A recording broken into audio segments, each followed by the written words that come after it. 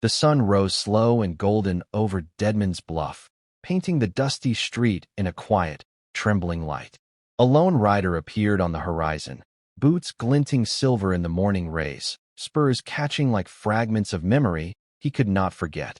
Jack Sullivan's shoulders carried the weight of years he did not speak of, a badge left behind in another life.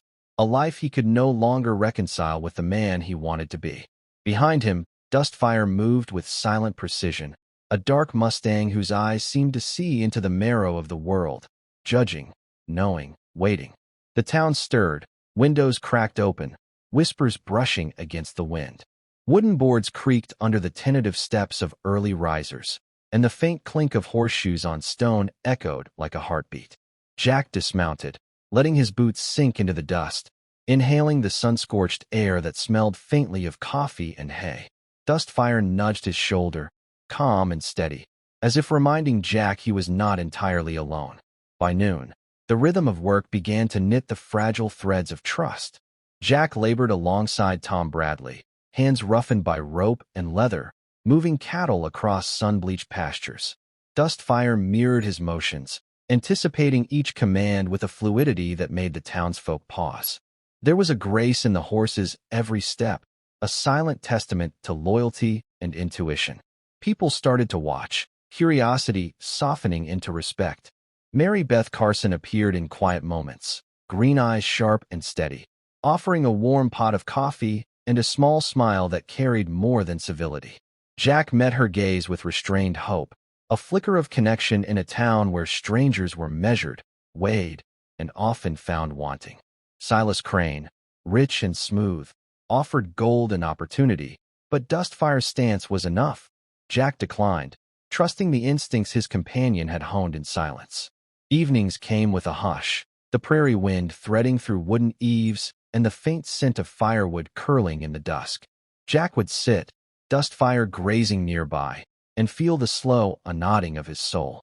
For the first time in years, he understood that trust could be earned, that loyalty could be quiet, that peace could take root in a hard, dry land. The morning air hung thick with frost, sharp against Jack Sullivan's lungs, carrying a silence heavier than any he had known. By Willow Creek, the water ran dark, curling around rocks stained with blood.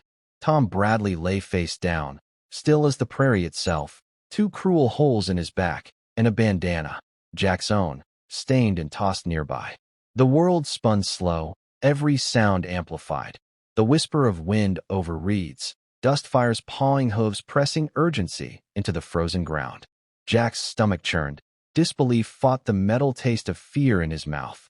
By midday, the town had chosen its verdict. Whispers became accusations, eyes sharpened with judgment.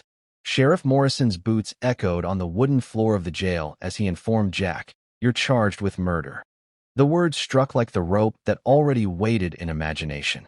Dustfire stood outside, tense and unmoving, nostrils flaring, eyes burning with a knowing no human could read. The horse refused water, refused feed, pacing the dirt like a shadow of truth no one wanted to see.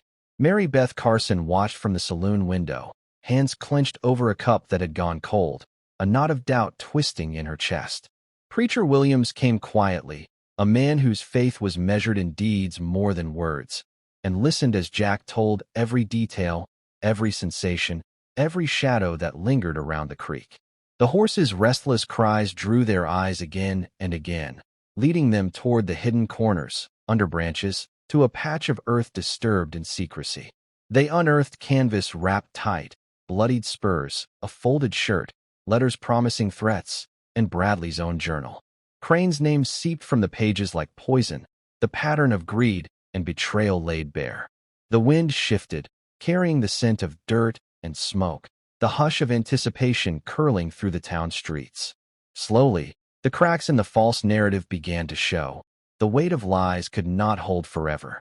Yet even as hope rose, danger lingered, distant hoofbeats and shadows in the twilight reminding them the fight was far from over. Dustfire pawed again, a warning, a heartbeat of loyalty beating against a world built on deceit, and Jack understood that trust could survive even here, in the cold and the dark. Night fell over Deadman's Bluff like a velvet curtain, thick and almost suffocating, when the distant thrum of hooves shattered the stillness. Dustfire's ears pricked, nostrils flaring, muscles coiled like springs beneath his dark coat. The Mustang's eyes glowed with purpose, seeing what the humans could not.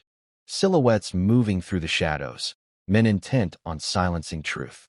Jack Sullivan, still behind bars, felt the tension vibrate through the air, a pulse that shook the wooden walls of his cell. Gunfire erupted, cracking against headstones and splintering the quiet. Dustfire charged, hooves striking stone and earth with the rhythm of thunder, weaving between the attackers with a precision that seemed almost supernatural.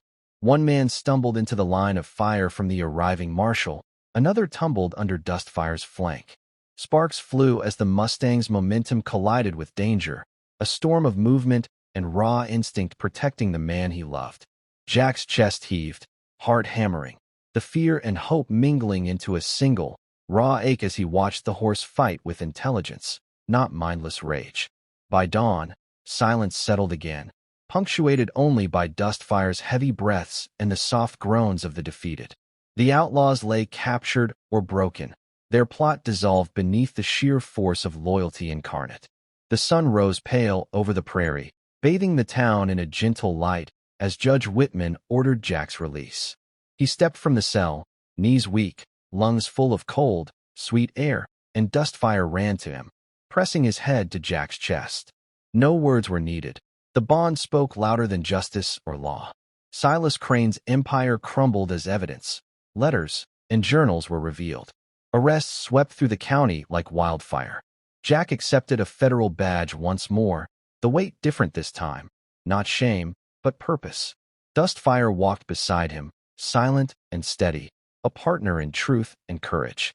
Weeks later, the town placed a small plaque near the courthouse, etched with a name no human bore, Dustfire. The Mustang who refused to let an innocent man die, whose loyalty spoke when hearts were blind, and whose legend would never fade.